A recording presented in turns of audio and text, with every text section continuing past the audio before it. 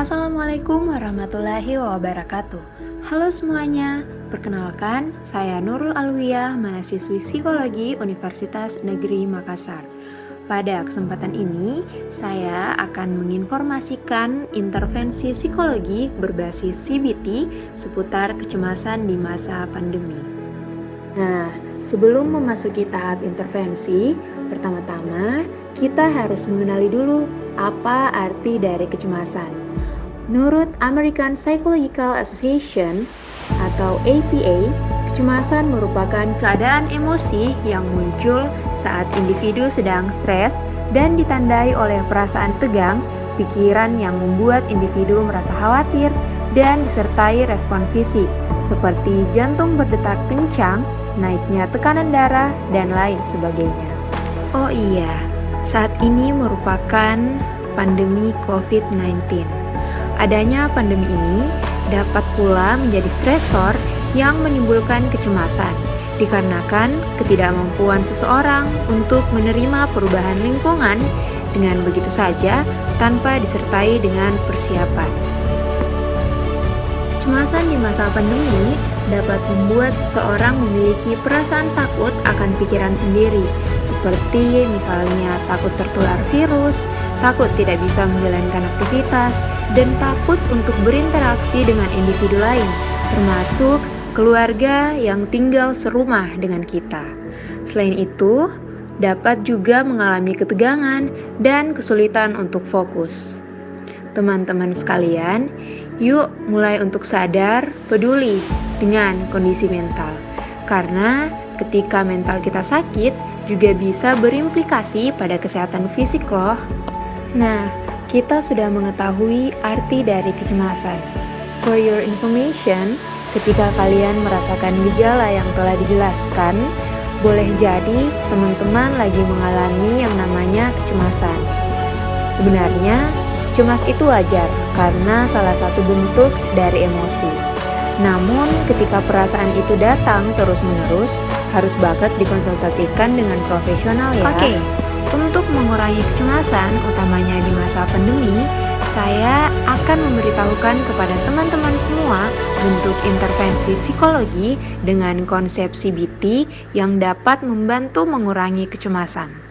Eits, namun sebelumnya, yuk berkenalan dengan konsep CBT atau Cognitive Behavioral Therapy, membantu seseorang melihat bagaimana mereka menginterpretasi dan mengevaluasi apa yang terjadi saat ini di sekitar mereka dan dampak dari persepsinya terhadap pada pengalaman emosional.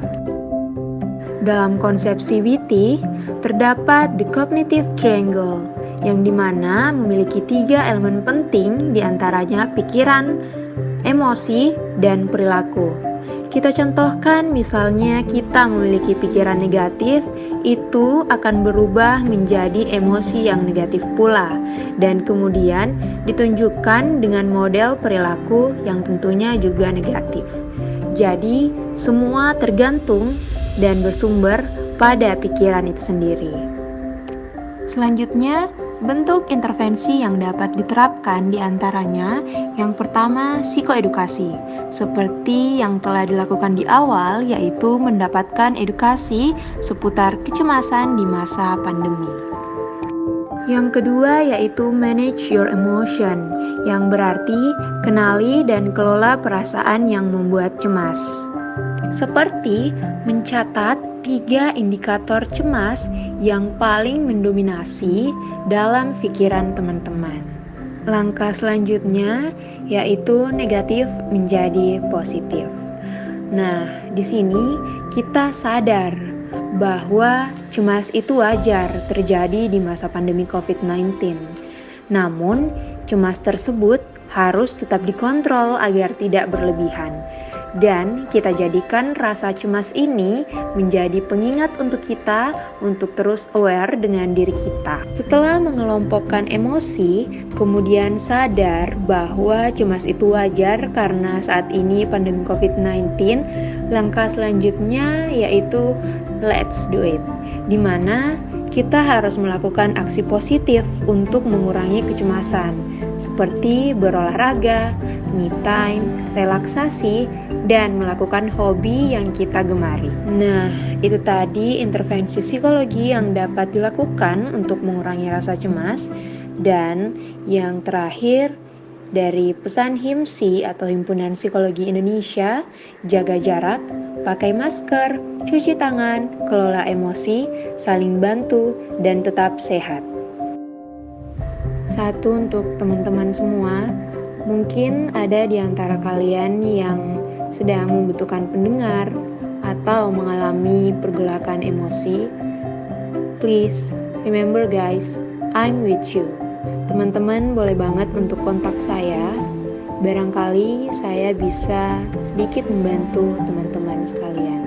Sekian dari saya. Terima kasih karena telah mendengarkan sampai akhir. Wassalamualaikum warahmatullahi wabarakatuh.